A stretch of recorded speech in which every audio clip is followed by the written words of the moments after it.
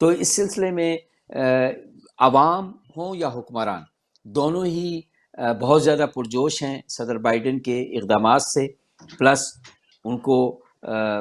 بہت ہی زیادہ خوش آمدید کہا گیا یورپ میں، اور بہت یونینیمس ہے یہ، اتنا یونینیمسلی اسے دیکھا جا رہا ہے، چاہے رائٹ کی گورنمنٹ ہو یا لیفٹ کی گورنمنٹ ہو، سینٹر لیفٹ کی گورنمنٹ ہو یا سینٹر رائٹ کی گورنمنٹ ہو۔ جو اس وقت یورپی یونین کے 27 ممالک ہیں انہوں نے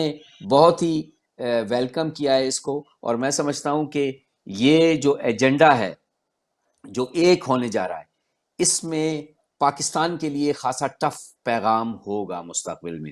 پاکستان نے بہت کوششلی ویلکم کی ہے جو بائیڈن کی صدارت، اور جس طرح کے یہاں ڈپلومیٹک معاملات چل رہے ہیں پاکستان کے ساتھ یورپی یونین کے، اور پرٹیکولرلی فرانس اور جرمنی کے ساتھ، پاکستان یورپ میں اس وقت بہت ہی زیادہ آئسولیٹڈ ہے۔ اگر یورپ یہی پالیسی امریکہ سے بھی منوانے میں کامیاب ہو جاتا ہے تو آپ سمجھ لیں کہ ایک یورپی یونین کا بلاک اور دوسرا یونائٹڈ اسٹیٹ آف امریکہ، یہ دونوں مل کر پاکستان کو معاشی طور پر خاصا نقصان پہنچا سکتے ہیں اور سیاسی طور پر خاصا نقصان پہنچا سکتے ہیں۔ اگر یہ پالیسی سنکرونائز ہو کے، یونائٹ ہو کے پاکستان کے سامنے رکھی جاتی ہے تو پاکستان کے لیے ابھی جو تھوڑا بہت اسپیٹ تھا منورنگ کرنے کا صدر ٹرمپ کے زمانے میں، وہ نہ تو سیاسی معاملات پہ اس طریقے سے سوچتے تھے جس طرح ڈیموکریٹک پارٹی یا جو بائیڈن سوچتے ہیں۔ آپ کو یہ بھی پتہ ہونا چاہیے کہ ڈیموکریٹک پارٹی ٹریڈیشنلی وہ زیادہ ہندوستان کے قریب ہوتی ہے، اور ریپبلکن پارٹی ٹریڈیشنلی زیادہ پاکستان کے قریب رہی ہے، لیکن پوسٹ ماڈرن پالیٹکس میں آنے کے بعد، پوسٹ ماڈرن فلسفی کے سیاست میں انٹروڈیوس ہونے کے بعد جو آئیڈیالوجیکل پوزیشن ہے وہ اس طریقے سے نہیں رہی ہیں، اور افغانستان بہت پیوٹل ہے امریکہ کے اور یورپی یونین کے لیے۔ لیکن یہ ریویو کا جو مطلب ہے وہ پاکستان کے حق میں بہتر نہیں ہے۔ پاکستان نے بہت ہی پیوٹل رول دوحہ، پچھلی فروری دوحہ میں 2020 کی فروری میں امپورٹنٹ رول ادا کیا ہے، طالبان کو نیگوشیشن ٹیبل پہ لانے کے لیے بہت امپورٹنٹ رول ادا کیا، اور طالبان کی بہت ساری جو خواہشات تھی وہ پوری کی گئی ہیں، پلس ان کے مطالبات تسلیم کیے گئے ہیں۔ اب جو بائیڈن نے جو ریویو کا اعلان کیا ہے، اگر وہ ریویو وہی ہے جو یورپی یونین بیسیکلی چاہتا ہے تو یورپی یونین کے جو مندرجات ہیں اس سلسلے میں ویزاوی افغانستان، وہ پاکستان کے ایجنڈے سے میچ نہیں کرتے، اور بہت زیادہ اسکیپٹسزم بھی ہے یہاں پر پاکستان کے سلسلے میں۔ افغانستان کے اوپر ہم وقفے کے بعد، ہمارے پاس 2-3 منٹ ہیں، اس میں ممتاز صاحب سے پوچھتا ہوں، وقفے کے بعد ہم دوبارہ افغانستان کی صورتحال پہ تفصیل سے دیکھیں گے کہ وہاں پہ کیا سینیریوز ڈیولپ ہو سکتے ہیں۔ لیکن ممتاز صاحب، جو خالد حمید صاحب نے کہا کہ اگر یورپ اور امریکہ کی پالیسیز سنکرونائز ہو جاتی ہیں، اور اگر سنکرونائز نہیں بھی ہوتی تو وہ بہت زیادہ قریب چلیں گے جو ان کے اسٹیٹڈ آبجیکٹیوز ہیں، اس سارے معاملے میں کیا چائنا ایک پاکستان کے لیے سیویئر کا کام کر سکتا ہے؟ کیا چائنا پاکستان کو اتنی سپورٹ دے سکتا ہے کہ اگر پاکستان کے جو اکنامک انٹرسٹ ہرٹ ہوں گے یہاں سے، اور جو ملٹری انٹرسٹ ہرٹ ہوں گے، کیونکہ پاکستان بہت بڑا ہتھیاروں کا خریدار بھی ہے ویسٹ سے، تو کیا چائنا اس خلا کو پورا کر سکے گا؟ دیکھیں، جو ماضی کے جو تاریخ ہے اگر اس پہ اگر نظر ڈالے تو چائنا اور جو امریکہ یا جو یورپ کا جو جس طریقے سے رویہ رہا ہے ایڈ کے حوالے سے یا امداد کے حوالے سے، چائنا ہمیشہ جو ہے وہ پاکستان کے ساتھ یا کسی بھی ملک کے ساتھ وہ بزنس کر رہا ہے۔ اس کی بزنس اورینٹڈ جو ہے وہ ساری ڈیلز ہوتی ہیں، وہ چاہے سی پیک سے لے کے جتنی بھی ہیں۔ اور آپ یہ دیکھیں کہ امریکہ کے لیے 1 بلین دینا یا 2 بلین ایڈ دینا یا اس طرح کرنا، یہ ایک نارمل ان کی جو ہے وہ ہسٹری رہی ہے۔ چائنا جب یہ دیتا ہے تو چائنا کے اس کے ساتھ پوری جو ہے وہ اسٹرنگ اٹیچ ہوتی ہے کہ اس سے ہمیں جو ہے وہ پولیٹیکل کیا بینیفٹس ہیں، اس سے اسٹریٹجک کیا ہے، اس سے اکنامیکل کیا ہے۔ اور آپ وہ دیکھیں کہ وہ جو چیزیں دے رہا ہوتا ہے اس میں اس کی اپنی لیبر شامل ہوتی ہے، اپنا مٹیریل شامل ہوتا ہے، اپنے بینکس شامل ہوتے ہیں، سارا جو ہے وہ یعنی بینیفٹ چائنا کو جا رہا ہوتا ہے اور پاکستان کو کم وہ ہوتا ہے. ابھی حال ہی میں صرف انہوں نے سعودیہ نے جب ان سے جو ہے وہ پیسے مانگے ہیں تو میرا خیال ہے چائنا نے وہ پیسے دیے ہیں، لیکن وہ سارے پیسے ایک تناظر میں دیے گئے ہیں جو چائنا کو شاید بینیفٹ کریں گے اور پاکستان کو اس میں کم. اور چائنا پاکستان، میں سمجھتا ہوں کہ چائنا کے تناظر میں چائنا سے جو پاکستان کے ریلیشنز ہیں اس کی وجہ سے پاکستان پہ دباؤ اور بھی زیادہ بڑھے گا، اس پہ وہ کم نہیں ہوگا، میں جو سمجھتا ہوں. تو اس سے چائنا کس حد تک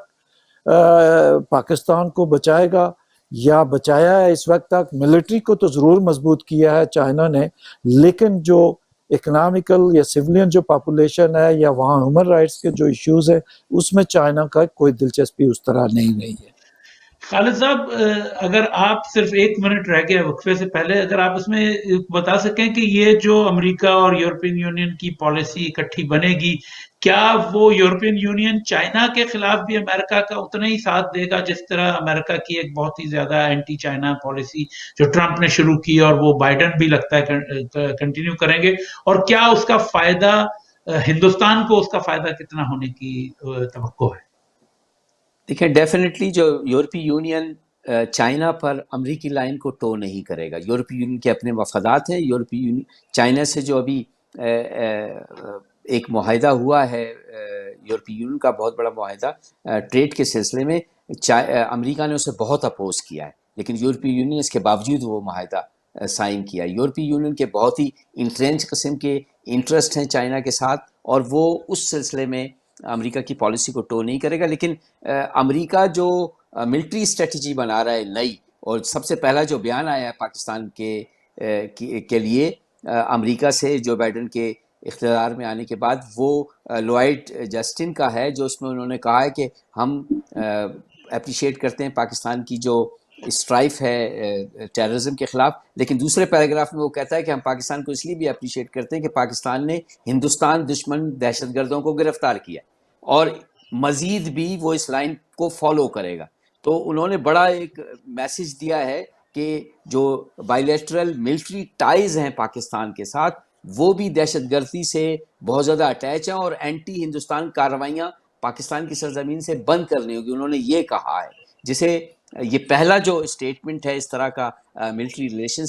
شپ کے متعلق، وہ خاصا ورثم ہے پاکستان کے لیے. خالد صاحب، ہم وقفے کا وقت ہوا ہے، وقفے کے بعد واپس آ کے دوبارہ افغانستان پہ کنسنٹریٹ کریں گے، کیونکہ افغانستان کی صورتحال جو حالات چل رہے ہیں اس میں بہت ہی تشویشناک ہے، اور اس کا پاکستان پہ ڈائریکٹ کیا اثر پڑے گا اس پہ بات کریں گے. ناظرین، وقفے کے بعد حاضر ہوتے ہیں.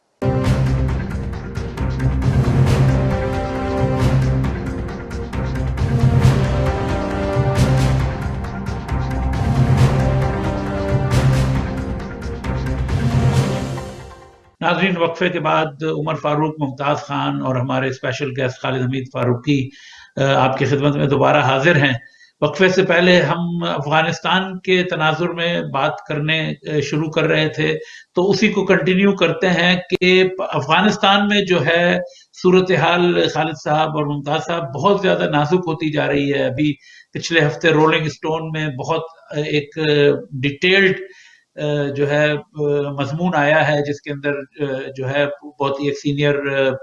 جرنلسٹ نے لکھا ہے، جس میں انہوں نے بتایا کہ بیسیکلی طالبان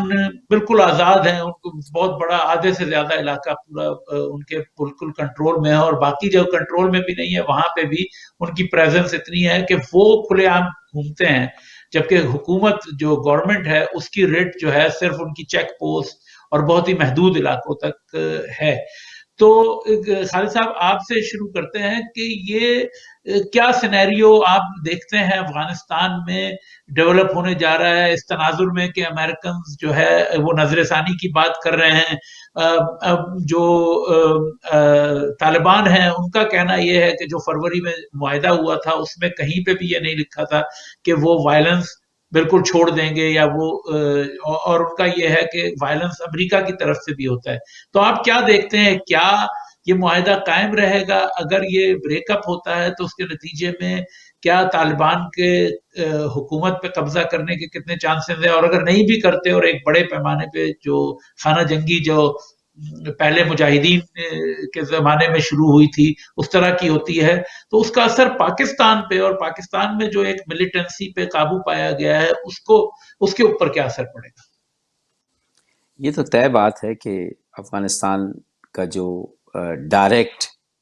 اثر افغانستان کا اگر کسی ملک پر ہوتا ہے سب سے زیادہ تو وہ پاکستان پر ہوتا ہے۔ یہ پاکستان کے لیے تو ایک ڈیزاسٹرس سچویشن ہوگی اگر دوبارہ جو ریلیٹیو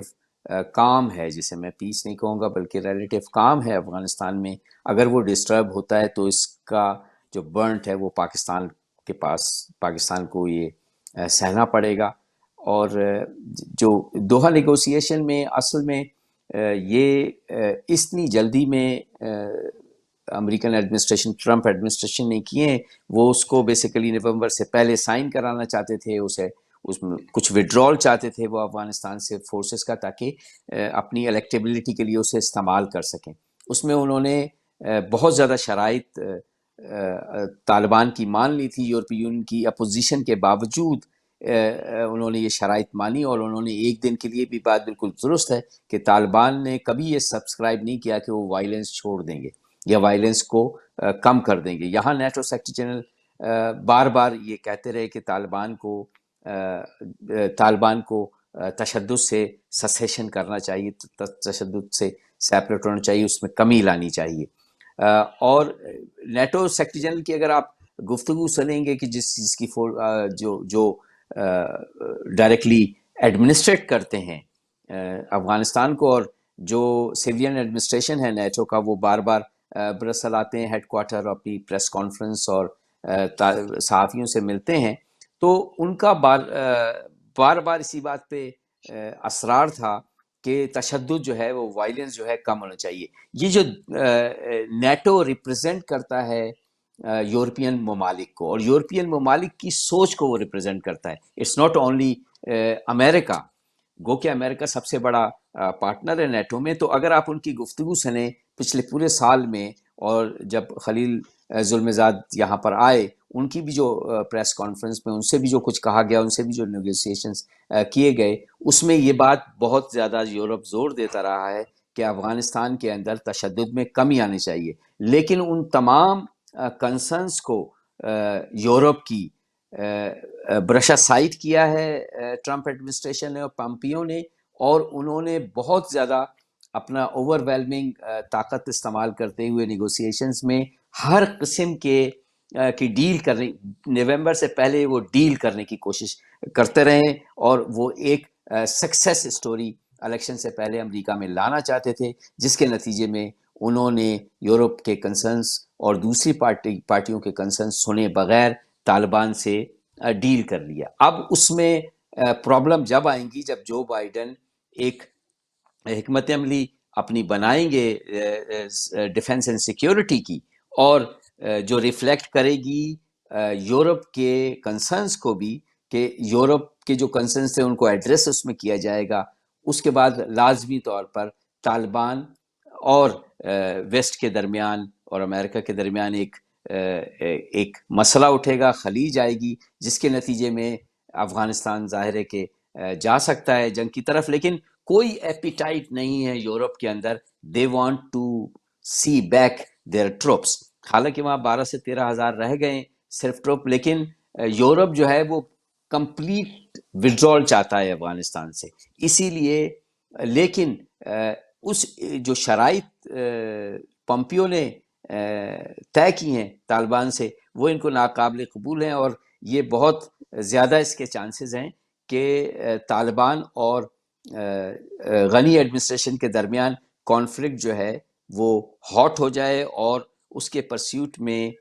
طالبان ایک بار پھر جو ہے وہ خانہ جنگی کی طرف چلا جائے گا۔ طالبان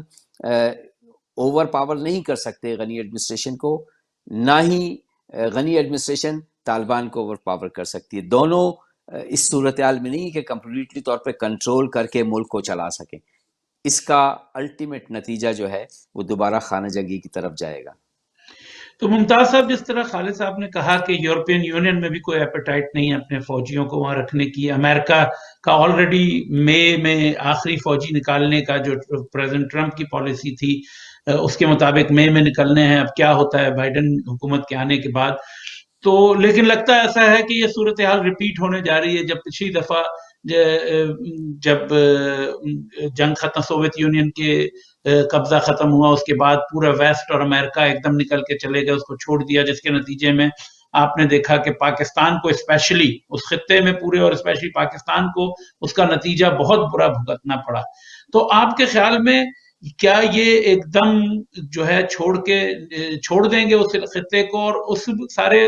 اس میں پاکستان کی فوج جو ہمیشہ سے ایک اسٹریٹجک ڈیپتھ کا ان کا تصور ہے، وہ ایک فرینڈلی حکومت چاہتے ہیں، اور جو پہلے ماضی میں دیکھا جا چکا ہے کہ ایون طالبان بھی فرینڈلی گورنمنٹ نہیں تھے، تو پاکستانی فوج کا کیا کردار ہوگا اس میں، اور وہ اس وقت کیا سوچ رہی ہے، اور اس کے ساتھ ساتھ یہ ہے کہ عام پاکستان کی سوسائٹی پہ اس کا کیا اثر پڑنے جا رہا ہے؟ کیا وہاں پہ اسی طرح دھماکے، اسی طرح ٹیررزم، اسی طرح ملیٹنسی کو دوبارہ فروغ ملے گا، یا جو ہے پاکستان کی حکومت صورتحال کو کنٹرول کرنے میں کامیاب رہے گی؟ دیکھیے، جہاں تک افغانستان کا تعلق ہے، میرا خیال ہے امریکن بھی اس نتیجے پہ پہنچے ہوئے ہیں کہ یہ ایک انوینیبل وار ہے جس میں وہ مزید جو ہے حاصل نہیں کر سکتے ہیں. البتہ یہ ضرور ہے کہ جس طرح سے جو ہے وہ ٹرمپ کی جو خارجہ پالیسی خالی افغانستان کے حوالے سے نہیں تھی، بلکہ بہت سارے ممالک کے ساتھ ایک ٹرانزیکشنل بیسس پہ اس کی ساری خارجہ پالیسی جو ہے وہ رہی ہے. تو اس سے ہٹ کے جو بائیڈن حکومت ہے، وہ چونکہ یہ ایک اپنی ذمہ داری یہ سمجھتے ہیں کہ افغانستان میں اگر ہم نے اس طریقے سے پل آؤٹ کر دیا، اور جو بائیڈن نے بہت اوباما کے دور میں یہ کہا تھا کہ ہم نیشن بلڈنگ میں ہمارا کوئی انٹرسٹ نہیں ہے، ہم ٹیررزم کو جو ہے وہ کاؤنٹر کرنا چاہتے ہیں، اور ٹیررزم کاؤنٹر کے تناظر میں ہم جتنا بھی افغانستان میں ہماری جو وہاں پہ رہیں گے، جو سرگرمیاں رہیں گی، جو انوالومنٹ رہے گی،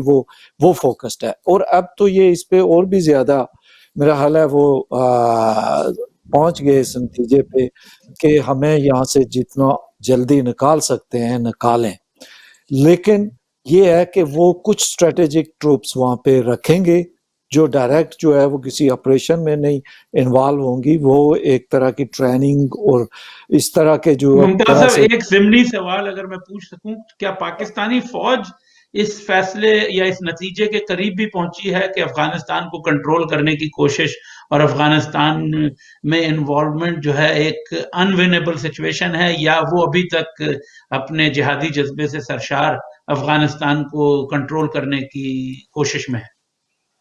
پاکستان میں دو طرح کی آپ کو پتہ حکومتیں ہیں، اور جو اصل حکومت ہے وہ پاکستانی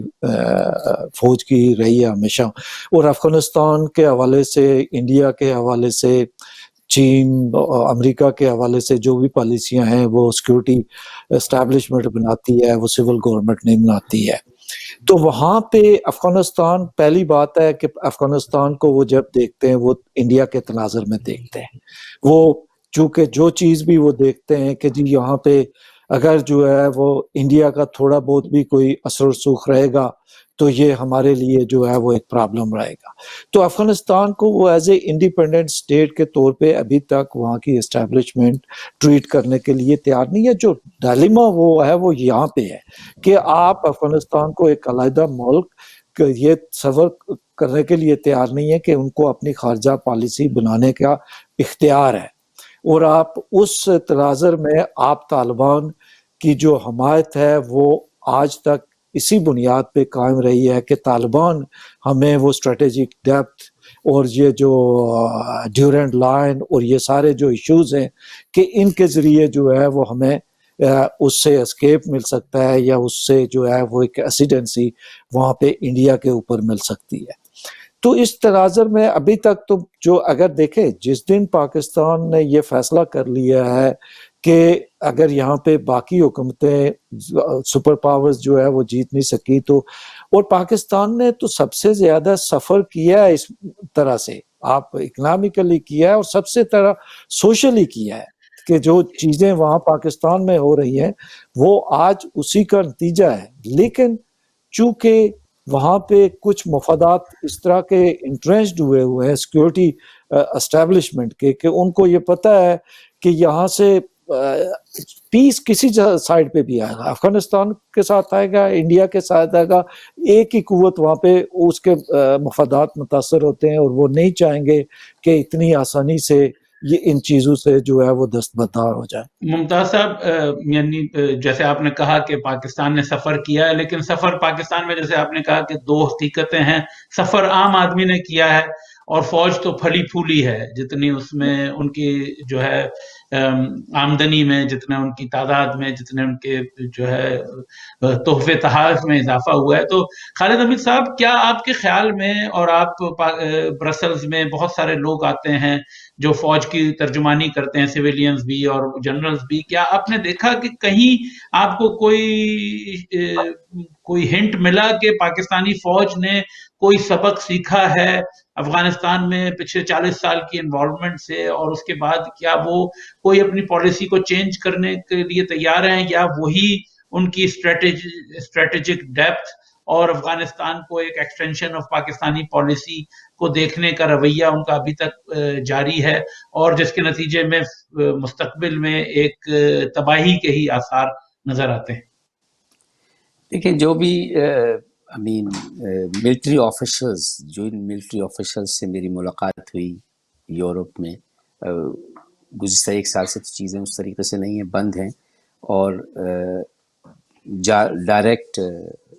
بڑے آفیسرز سے جو میری بات ہوئی، جو ان کے پالیسی میکرز بھی ہیں، دے آر کوائٹ کانفیڈنس. وہ سمجھتے ہیں کہ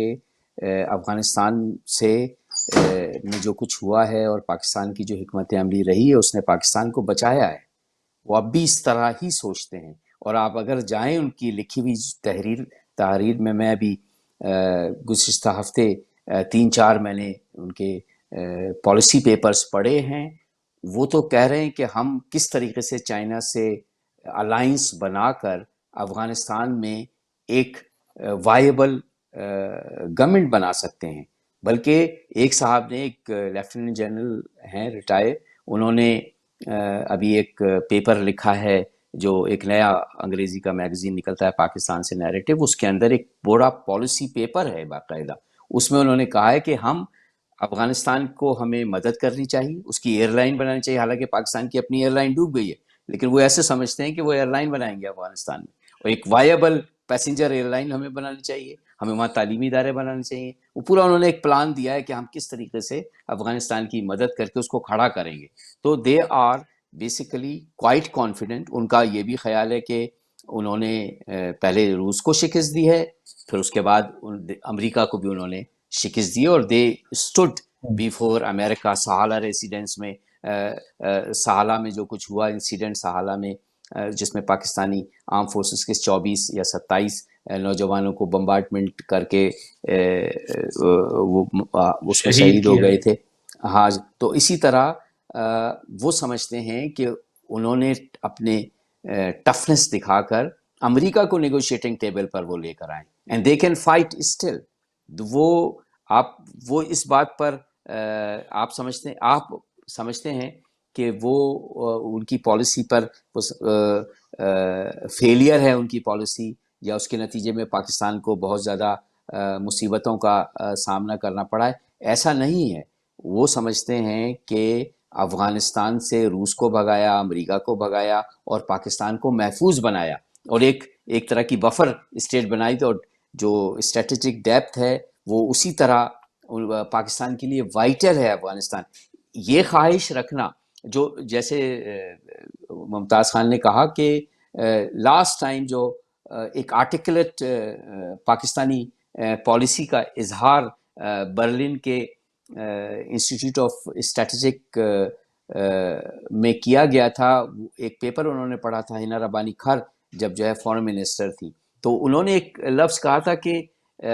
we don't want to see in our neighbourhood hostility. ہم پاکستان نہیں چاہے گا کہ ایک ہاسٹائل نیبر ہو، لیکن ہم ایک انڈیپینڈنٹ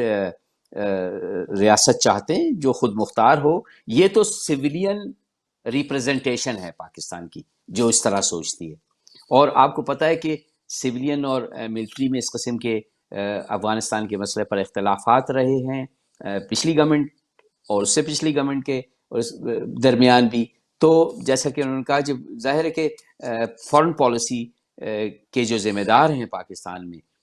اگر آپ مجھ سے پوچھتے ہیں تو گزشتہ مہینے کے صرف ان کے پالیسی پیپر، ان کے بیانات، ان کے آرٹیکل، جو ان کے لوگ ہیں جو ان کو ریپرزینٹ کرتے ہیں، اگر آپ دیکھ لیں تو دے آر کوائٹ کانفیڈنٹ کہ وہ افغانستان پہ وہی پلان رکھتے ہیں جو وہ افغانستان کی وار شروع ہونے سے پہلے ڈسٹرب ہو گیا تھا 11 سپٹمبر کی وجہ سے. تو آپ ان تمام پالیسی پیپرز میں وہ کن قوتوں کو اپنا سمجھتے ہیں کہ جو جن کے ساتھ کوآپریٹ کر کے افغانستان میں، کیا وہ فیوچر میں ایک طالبان کی حکومت دیکھتے ہیں یا کوئی ایک ہائیبرڈ حکومت دونوں کی، یا وہ اشرف غنی یا اسی ٹائپ کے پولیٹیشنز؟ کون ان کا اصل مددگار، کس کو وہ دیکھتے ہیں کہ لانگ ٹرم پارٹنر کون ہو؟ دیکھیں ان کا جو سب سے بڑا پاکٹ ہے وہ افغانستان میں طالبان کا اور حقانی نیٹ ورک کا وہ گروپ ہے جو ان کے قریب ہے. وہ بہرحال یہ کہتے ہیں، بہرحال اوپنلی، کہ ان کا اثر نہیں ہے افغانستان کے اوپر،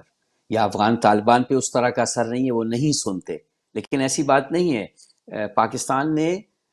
وہ نیگوشیٹنگ ٹیبل پر دوحہ میں آئے ہیں، دوحہ میں آفس، وہ تمام پاکستان کے کنسنٹ سے ہوا ہے. پاکستان کا اگر یہ کوئی کہتا ہے کہ بھئی وہ ان کا پاکستان کا ان پر اثر نہیں ہے، تو ایسی بات نہیں ہے.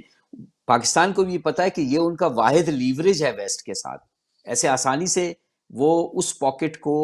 اگنور نہیں کریں گے. بہت ساری چیزیں حقانی نیٹ ورک سے متعلق ویسٹ نے ان سے کہا کہ ان کے خلاف ایکشن کریں، طالبان کے خلاف ایکشن کریں، کوئٹہ شورا کے خلاف ایکشن کریں. پاکستان نے نہیں کیے، کیونکہ لانگ ٹرم میں پاکستان نے افغانستان کے بارڈر پہ رہنا ہے اور وہاں پر پاکستان کی پریزنس انہی لوگوں کی.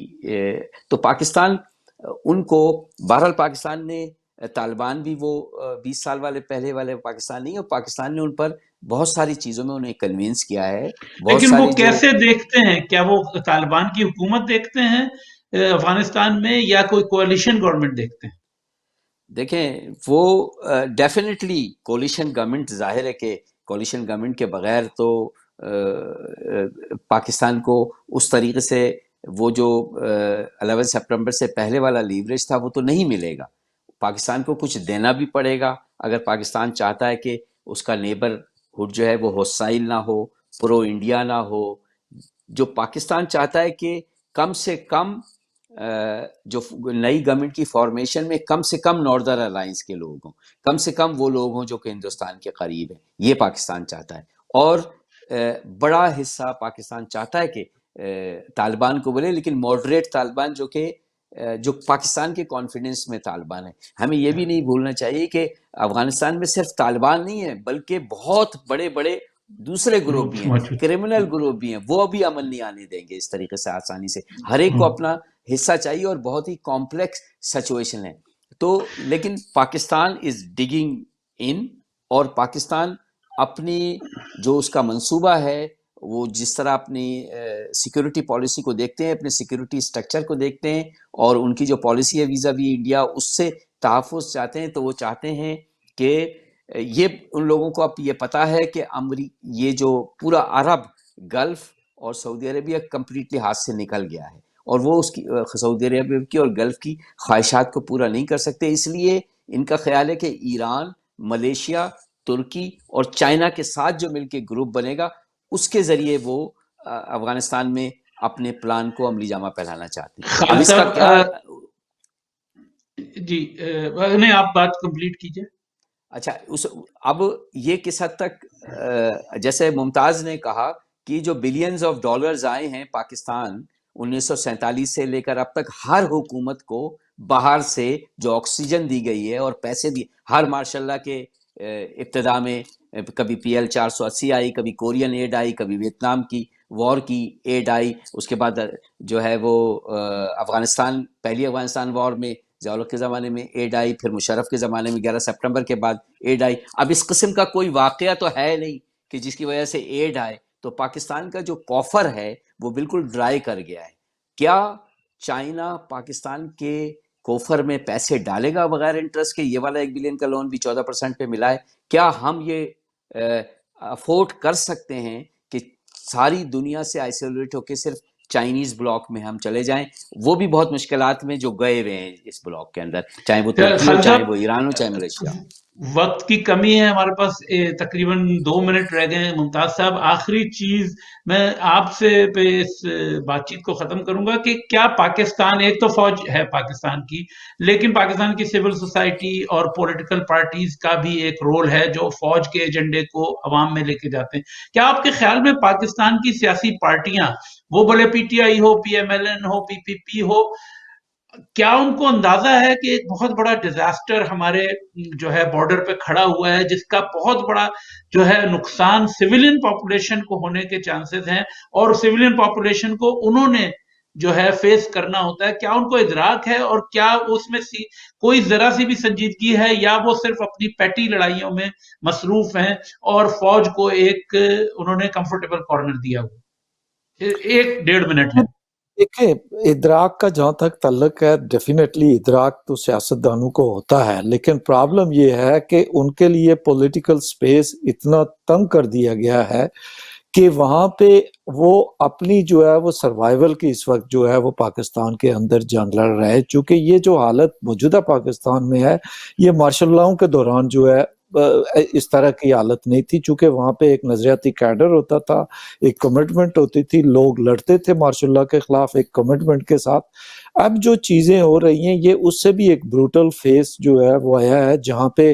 آپ ہیں جو ہے وہ میڈیا سے لے کے پالیٹیشنز جو بھی آپ کے، اور سوشل میڈیا جو اب ریگولیٹ کرنا بہت مشکل ہوتا ہے، اس پہ بھی اگر کوئی وہ ہوتا ہے تو اس کے خلاف وہاں اسٹیبلشمنٹ کا جو رد عمل ہے وہ ایک سیاسی حکومت کے جو ہے وہ اس کو سامنے رکھ کے، تو وہ جو ہو رہا ہے اس وجہ سے میں سمجھتا ہوں کہ وہ آج اپنی اندر کی سروائیول کی جنگ لڑ رہے ہیں.